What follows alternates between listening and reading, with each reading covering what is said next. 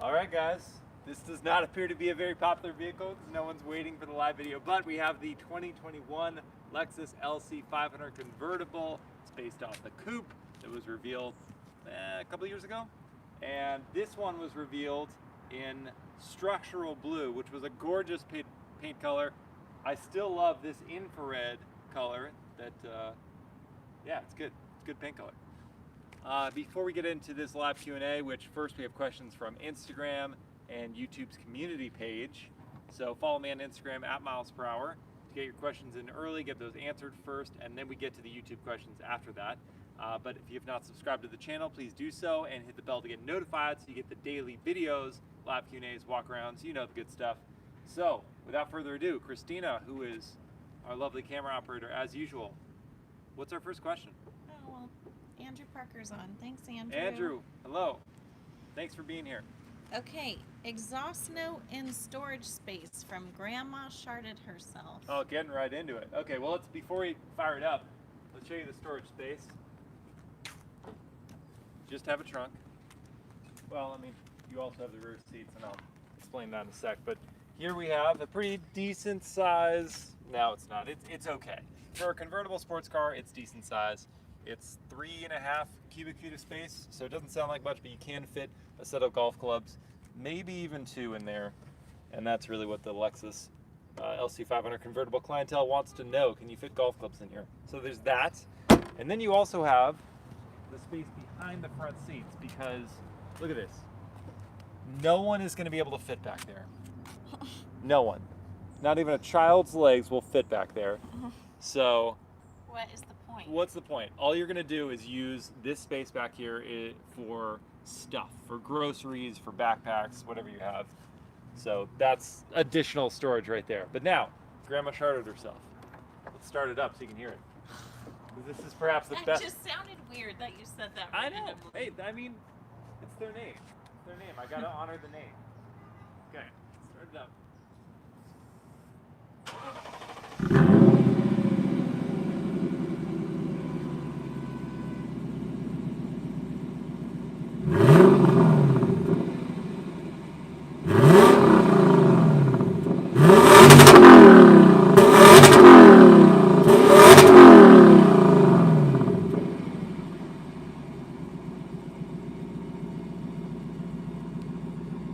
Yeah. And it's just while the car warms up. When it gets warmer, you can rev it higher. That was just right around 5,800 RPM. So that is an NAV8, and that is sort of a rarity these days among the performance cars. They all have forced induction, turbochargers, superchargers, you name it, but they don't have natural aspiration, and that's what makes such great noises.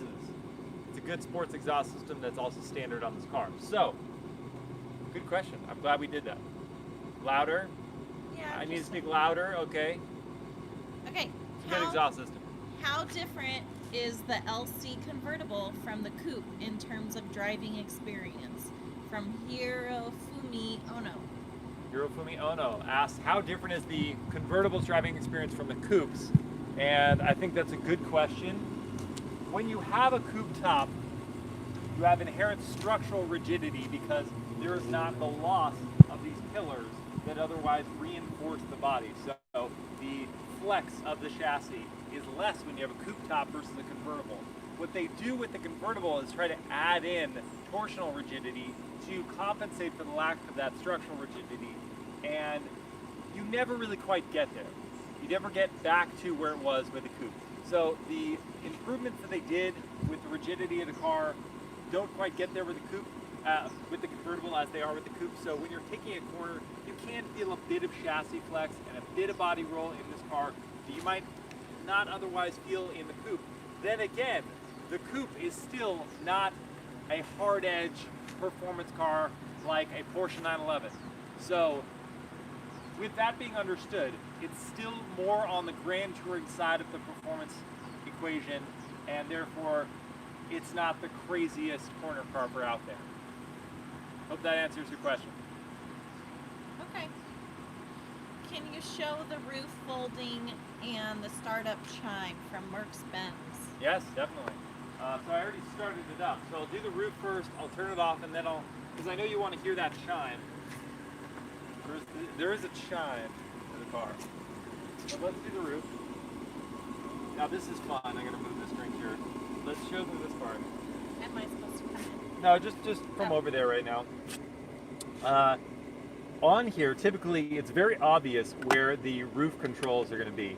But on the LC500, they have a hidden compartment that I didn't know about. And so for 10 minutes, I'm just in here going, where the heck are the roof controls? Are they up here? Is it somewhere over here? Is it like hidden somewhere? Indeed, it was hidden in this compartment right here.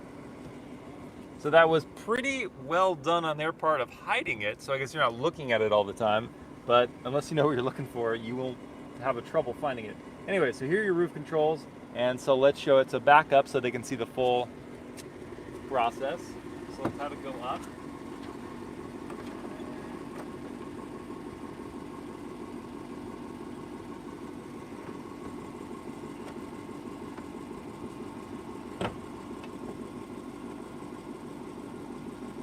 The whole process takes 16 seconds, and then you have to raise the windows. But to put it down, it only takes 15 seconds. Oh, you weren't going to count for us like last time? No, I think I'm not going to. Okay. Y'all can count for me. Alright. That is the roof. Now, let's do The chime. the chime. So the car makes a chime when it starts up. And you're going to have to come close to the camera, like focus on the steering wheel area. Then we'll be able to hear it. Oh, it's just upset about the windows and doors being open. Close the door, and then we'll just... Okay, come in close. Let's hear it.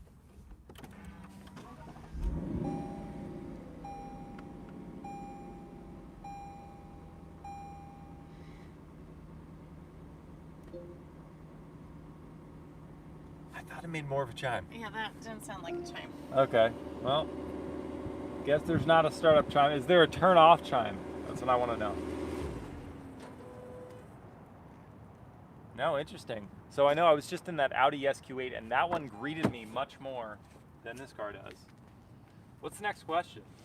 All right. Well, hello to Muscle and More, Harsh. Thanks for joining. Andrew Parker says, I love the color. Is the ride quality good? Ride quality is excellent. Good question, Andrew. The ride quality in this car is Get your wonderful. sunglasses. Yeah, I'm going to get my sunglasses. It's bright. That sounds like an annoying chime. Key detected in vehicle. Good update, Lexus. Anyway, so the ride quality in this is really nice. It's somewhere between, so it's not like overly soft, where you just feel like you're squishing along. I don't feel that in the car. It is plush, it absorbs road blemishes very nicely, but it is still firm enough that it doesn't feel like it's swaying in corners. So I think the ride quality, they dialed up the adaptive suspension really well. So that's a thumbs up for me. Okay. Thanks to Fatih Turker for joining and Gamers Together. Okay. Oh, Muscle and More, where do you get all this money from? Crying face. Oh boy. We don't. I don't know. Like, where do we get all this money from, babe? No, Let's just head on back to it now. We do not own these cars. I want to make it very clear. I review these vehicles. I don't get paid by any automakers. I just make videos for you guys. So no money. If you want to help me out, that's cool. But otherwise, no money. These are not cars I own. Okay. That would be a large garage. There would be a massive garage. I have a car, different car every week. Well, you need a lot. Yeah. Okay. Let's get it. Sorry, I'm going back. And when we get to 100,000 subscribers, I will explain how I do this. So if you want to review cars like this, you'll want to watch that video because I'll give you some tips. Okay, lots of hi. Cheese is good. Hello. Yes, cheese is good. Okay. I think someone told me that cheese is related to something. Was it a Top Gear thing? No. I don't know. It must be a trend I'm not aware of. What are the back seats like? Oh, we did show the back seats. We show the back seats. They're like this. You don't have any leg room. I've And they're seen so upright. I did sit back there, here, just for everyone's enjoyment, Yeah, entertainment. Get back there. Get back there. That's what a good wife says. Get back there. So it takes a second for the power seat to come forward. Sit in the back. And then you, want okay, to sit so in the this back. is how upright I'm sitting right now. Okay, let's. Great pause. for your posture. Let's see. Yeah, I know. Okay, so let's put this back. Oh, this is And horrendous. already, and then it's gonna feel resistance at some point. I thought it was Oh, gonna. it just moved forward. Yeah, I thought it was gonna break my legs the first time, but it does detect that you have appendages here, and it won't crush them. Oh, So it stops the gosh. seat from going forward and comes in. Can you close the door? I just Well, want to I'm see. gonna get in. Well, okay. Just. Can you even sit up there? Oh. Gosh, this is uncomfortable. Yeah. Okay. Oh wait, let's just be careful the door doesn't close on my leg. Oh. Hey, I can fit back here. Look at that. Okay, really tight. Yep. Look at this, guys. I can fit back here. Christina is 5'9", so she's not a shorty. Who knows? Hello. So Christina's not a shorty. So I can fit back here physically. I would not enjoy this. The top would have to be down because if the convertible top was up, this is how I would look. Honestly, I couldn't drive. Yeah. My foot Wow. is beyond the brake Okay. or the brake pad and the gas So pedal. I don't even think a kid's gonna fit back here. It's not gonna work. No. Not with a smaller mom up front and a kid Oh behind. my gosh, look at how close this is from there to there. Like, Interesting seriously? observation. You'll be able to see it from the outside better. Oh yeah, that was a terrible Boop, angle. boop. Yeah, it's real close. Like that. So the back seats suck. No space. No space. Okay. What's the next good question? point. A dog. We Ooh, could fit our that dog would back work there. if the dog was just laying on top of the seat. That is a great point. We've got smart audience members. Mhm. Smarty. Not even a child. It wouldn't be safe. No. I mean, Child would not. Honestly, that was so tight. no. It wouldn't be safe for the driver. Like if you had to push Yeah. the seat far enough forward, No, the you driver would couldn't. be like this. I have seen people drive like that. Not safe. Well, our legs don't even fit. That's what I'm saying. Yeah. Now the seat doesn't want to go back. Go back. Okay, we'll figure it out later. What's the next question?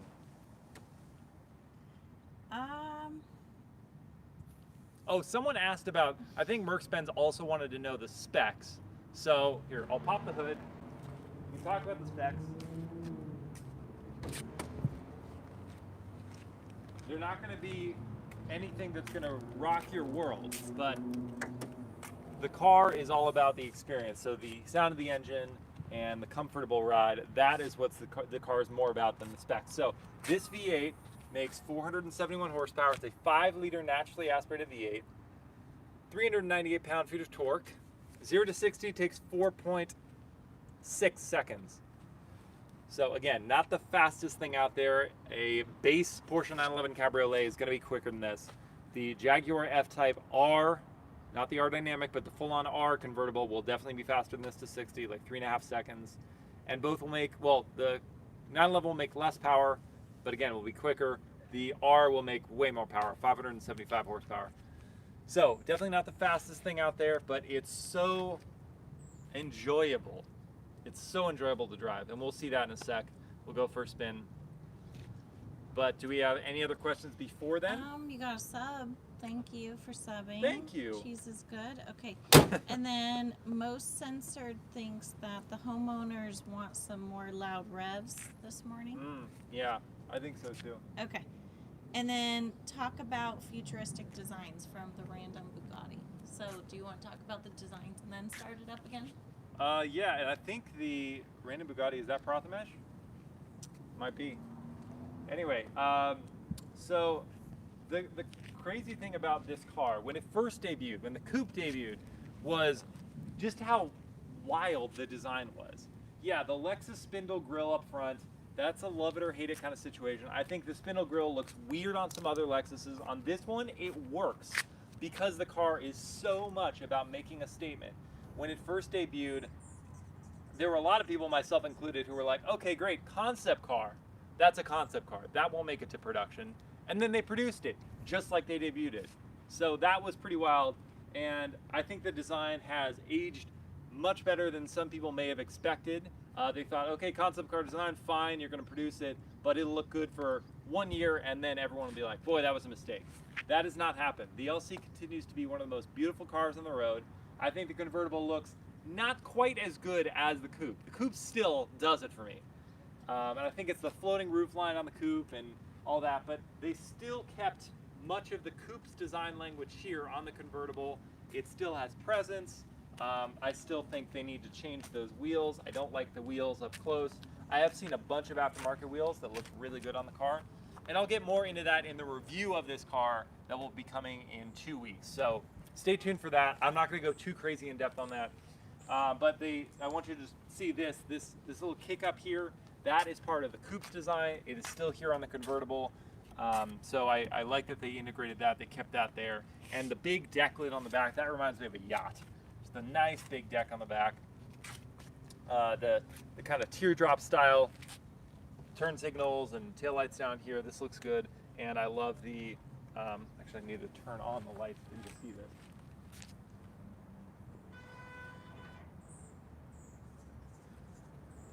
For you to see the LED tail lights, which are super cool. It's like a tunnel effect, a 3D tunnel effect. Just follow the lights on in there. So it has some, you know, crazy design language, but it just works. It's like crazy, but they just smoothed it all out to make a beautiful form. I love how this car looks. Who would buy this car? Who would buy That's my this? question. Christina asked who would buy this car. Because I'm picturing like some... That is a good question. I think anyone who has had a reasonably successful career, who wants something comfortable, but is also powerful enough to, you know, like feel authoritative behind the wheel, they're going to be attracted to this car. Both the coupe and the convertible. You want something that's ultimately going to be comfortable. You don't want something that's going to punish you like so many other performance cars do. And this is going to satisfy in that regard. The seats are comfortable. The ride quality is so nice. The convenience features are good. I don't like the infotainment, but that's another story. And it's beautiful and it sounds good.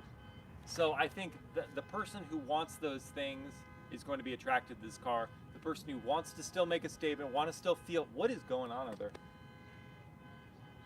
Someone really wants to get someone else's attention. The person who really wants to make a statement still will be attracted to this car.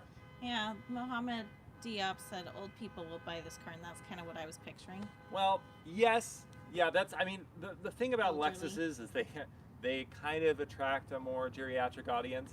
The more contemporary Lexuses have kind of brought in a newer buyer set. I think the LC is not necessarily going to scare away the older folks, but it looks sharp enough that a younger buyer may want to buy it as well. I think, again, switch out the wheels. The wheels say old person to me. Younger person would put on a nice set of aftermarket wheels, and I think it would completely change the car. Convertible, definitely going to be more towards an older audience. The coupe, definitely going to be younger. All right. And hello to Aventador and Got to speak up, babe. Oh, hello to Aventador and Paris V. So far we do not. Let's walk that direction so the directional mic won't pick up as much of that really annoying honking. I want to have a conversation with that guy. Uh-oh. Someone commented, "You've gotten skinnier. Are you secretly racing F1?" Just kidding. That would be amazing. He has gotten skinnier. Thank you to everyone. Yeah, I just haven't been eating. It's No. called working a lot and not really eating enough. No, you've been doing a ton of cardio. Yeah, but also just not eating enough. Anyway, so thank you, I guess. I got skinnier. Long bike. What's the next question? Otherwise, we're gonna go take There it for a spin. aren't any. Okay, let's go take it for a spin. We might generate some questions by going for a drive. What does see this so far for?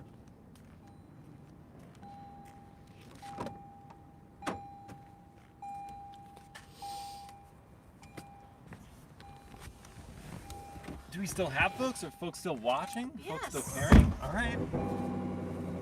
Maybe they're so well researched that they don't have any questions about the car. They just know everything. We've got a very informed audience here. Could be. Might be. Okay, camera right in the face. Sorry. All right, let's go take a first spin. Now, I am going to roll up the windows, but here's the cool thing. When the windows are rolled up, the wind buffeting, what? Just like, I think the camera lady is gonna get car sick. Oh. I do every time. Every time. Well, she's also like 4.5, 5 months pregnant. 5 months, babe. 5 months pregnant. So, you know, that messes with your body chemistry a little bit. I was saying the windows, when they're up, it really reduces the wind buffeting significantly. So it's very comfortable in here. You don't have the flap, flap, flap of the wind when you're going at like freeway speeds. Okay, is that person going? Are we going? Oh, very slowly. Okay. Turn in the corner. Putting the foot down. Oh, does that not sound good? Does that not sound good? Ooh. It's really smooth. Yeah, that's the thing. It's loud, but it's smooth. The Japanese-built, Toyota Lexus-built NA V8s are buttery at this point because they've made them for so many years, but they're just super buttery. But this is, okay, top is down, and I can easily just chat casually with you. We're doing 40. I'm not going to go too much faster, but you can just see, like, it's really comfortable in here. They engineered it such that the wind and noise is not bad at all.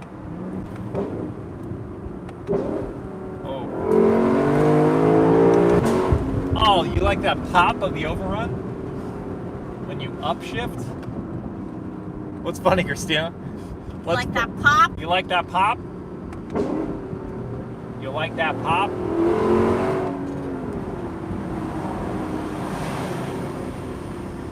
Alright, more camera focus more on the road than me. Okay. Just because they don't want to watch me. They kind of do. They want to see the car.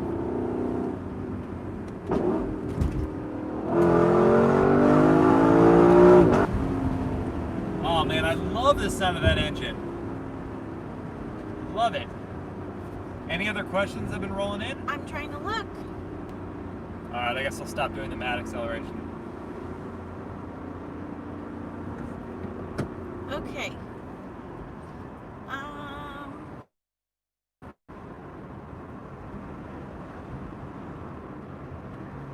I just can't get over how, well, I say that and then it gets really loud outside, but I mean, wind noise, I just can't get over how quiet it is in here. Andrew Parker likes the leather color. Is there a name for it? Toasted caramel. Toasted. Toasted caramel is the name of this leather color. And I love that they didn't just call it caramel, they had to call it toasted caramel, but it's cool because it's actually two different colors of leather. Oh, that's so loud. Two different colors of leather. We have a lighter color here on the inside, and then also on the seat backs, lighter color at the front. And then right here we have a darker shade of brown caramel. And I think that's pretty cool. So it's a duotone brown colored interior. Alright. And then you've got some darker metal accents, like a gunmetal finish here on the centerpieces, on the top of the glove box. And then you've got like this 3D effect for the panel in front of the passenger, although this is a plastic cover. So you can't actually feel the texture of that, you can just see it. Okay, thank you everyone for the congratulations. And then next question from Profesh. What do you think about Ferrari's situation in F1? I'll be honest, Prathamesh, I have not been following that situation closely. So I don't know. I don't have a response. I don't have an opinion about that particular issue at this very moment. I wish I could say I followed it more closely. I also just wish I could say I had more spare time to follow more pursuits. You let me know. I want to know what you think about that situation and educate me, because I'm embarrassed to say I don't know. Okay. Oh, getting away from that semi. Thank you.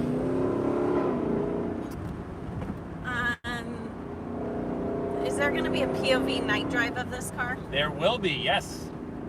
Okay. Day drive, night drive, and walk around. And then review. And I'm bummed to say, I'll let you know right now, there's not good ambient lighting in this car for the POV night drive. That was sort of a letdown. It's in an area I think they can improve. It's from Abby Ram. Is it worth the money? Can it be a daily driver? Oh, this could absolutely be a daily driver. Very much an easy daily driver, comfortable, looks good, sounds good. The fuel economy isn't amazing, 18 combined MPG, but apart from that, it could definitely be a daily driver. What's the cost? It starts at $102,000 for the convertible, but the coupe is $93,000, and I'm still like, if you don't need the convertible, if you can get away with the coupe, get the coupe. $93,000 for the regular V8. There is a hybrid model, but the V8's the one you want. It's such a good car for the money. You get all the same comfort, all the same style. I think it looks better looking than the convertible. I've already said that. So yeah, the coupe that's where I would spend my $93,000 if I wanted something like this. And this one's 102. 102 to start. As tested, it's 112 because it has like the touring package and the 21-inch wheels that I don't like, and a limited slip differential and the head-up display. Okay.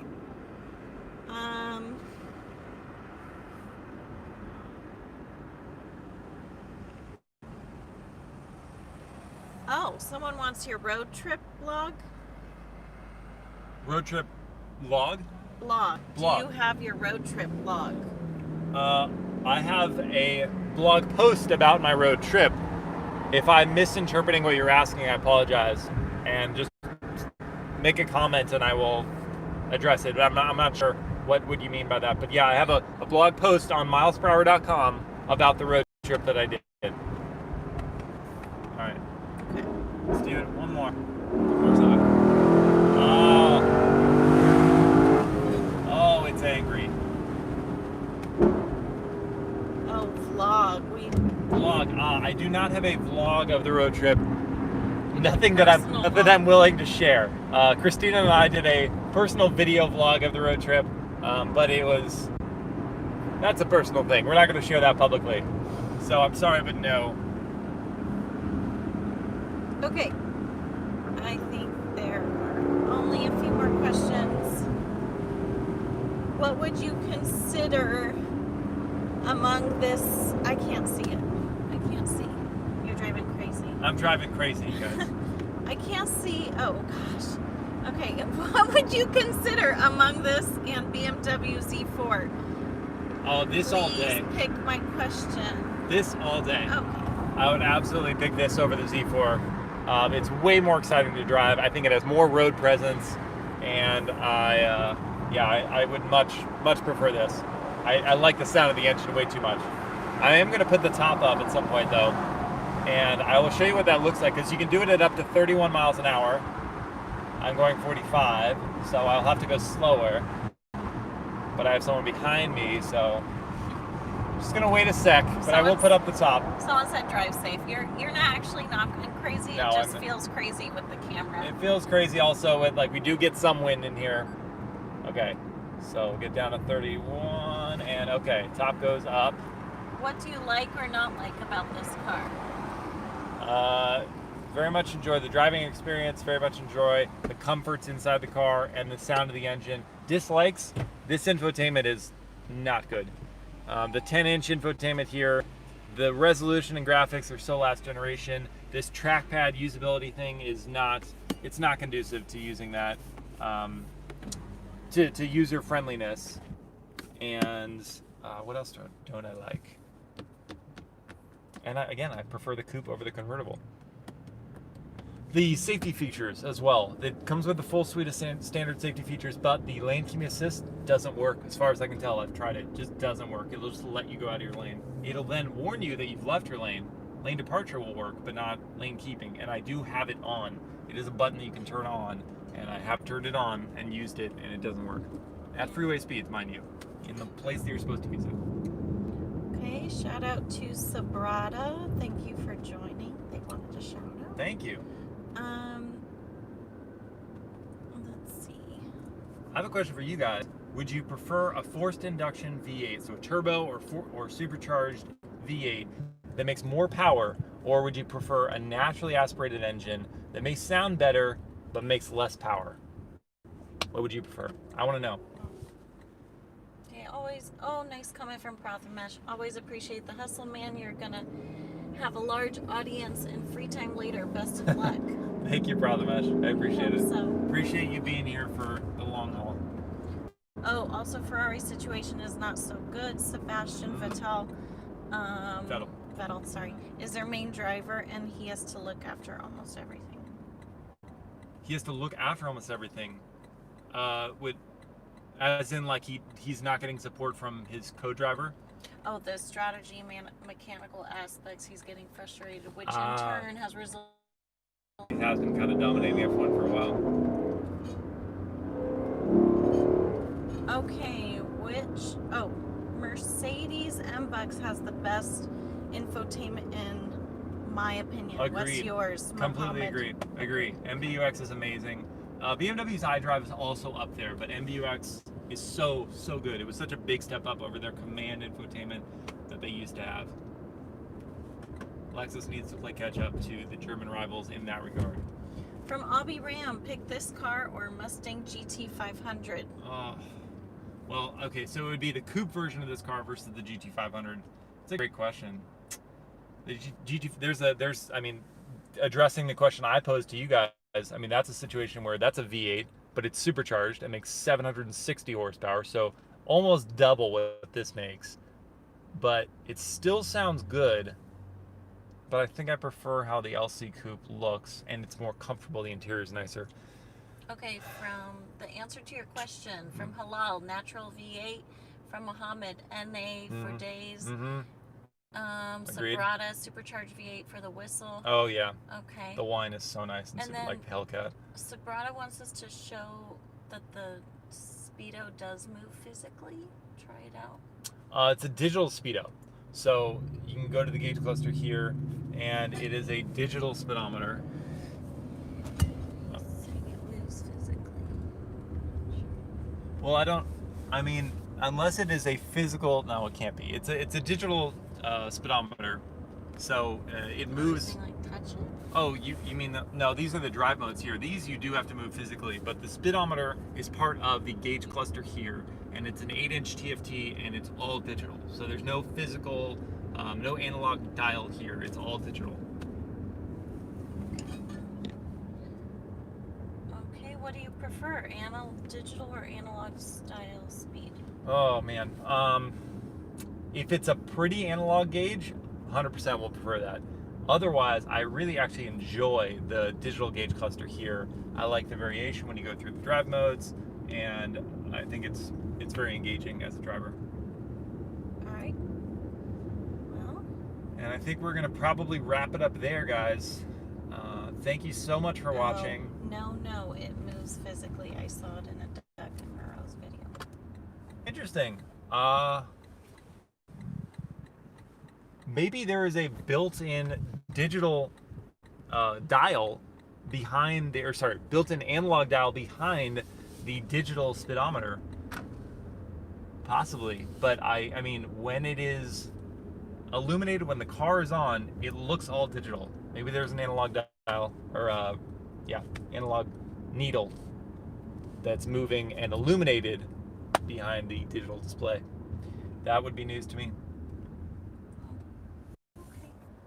Love your videos. Love from India. Thank you. Thanks, guys. Thank you so much for watching. Thanks for tuning in. And yeah, look for the review on this car and the walk-arounds, POVs, and all that very shortly. Before then, though, we've got the Maserati Levante Trofeo review coming up on Monday.